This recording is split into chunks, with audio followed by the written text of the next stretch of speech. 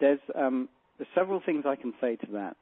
So, and intensity could mean a couple of different things, and, intense and also the intention.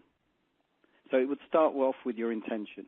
You make a wishy-washy goal intention, and it's going to remain wishy-washy in your head. In other words, there's no driving purpose. It's the power of the why. When we're small children, we like to know why. Until that why is fulfilled, we don't want to do what our parents would like us to do because we don't see why we should do it. So that's why kids often just go, why? And the best we do as parents is to try and say, I'll be quiet. Yeah. But it's a natural process that once someone has their why fulfilled, you're ready to get to the next step. So I would look at if someone wants to be more intense in the right way, not intense in that it's causing them stress, then it starts with a powerful decision. So I remember several years ago that I got into, when I stopped my corporate life and did a few entrepreneurial things, and I had a financial disaster, and I had a young family to look after, I made a strong decision.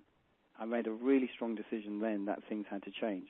And there was a particular incident that happened with not having enough money to be able to buy my two very small boys school books and school equipment, that I said that is never going to happen again. And often when we look back in our lives, a significant moment where we made a life-changing decision often just clicks, and then we have this added fuel that keeps us going.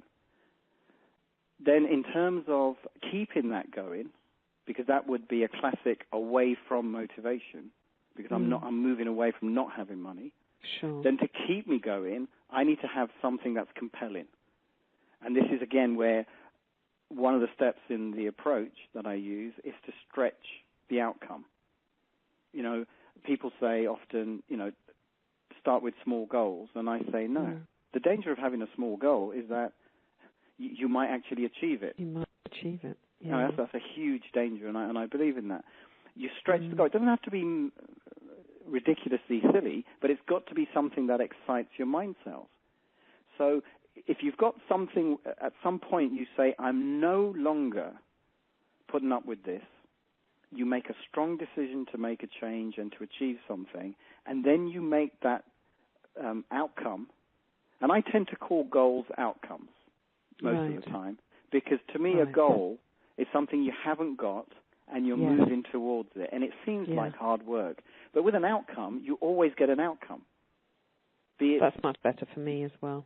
Right. So an outcome is something where you either get what you want, or you got a little way towards it, or you got the wrong result, but it's still an outcome. You just take the learnings and the feedback and you position it cybernetically in the right way, and then you move forward again.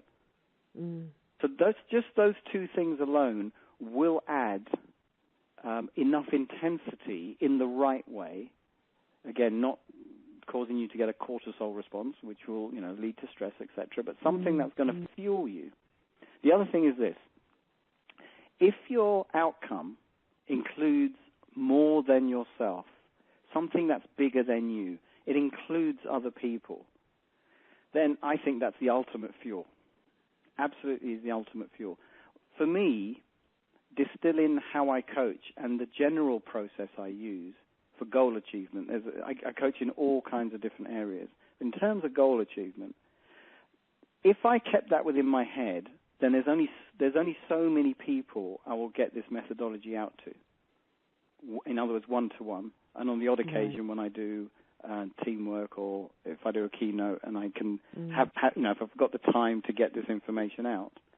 However, if I drew it out and got into a format that even children could understand, I have no idea how many people I can impact now. Right. So that, to me, is an outcome that's bigger than me. So if I don't ever feel like getting out of bed because I've got to get something done, I might just think of that, and it might just help me throw the sheets back.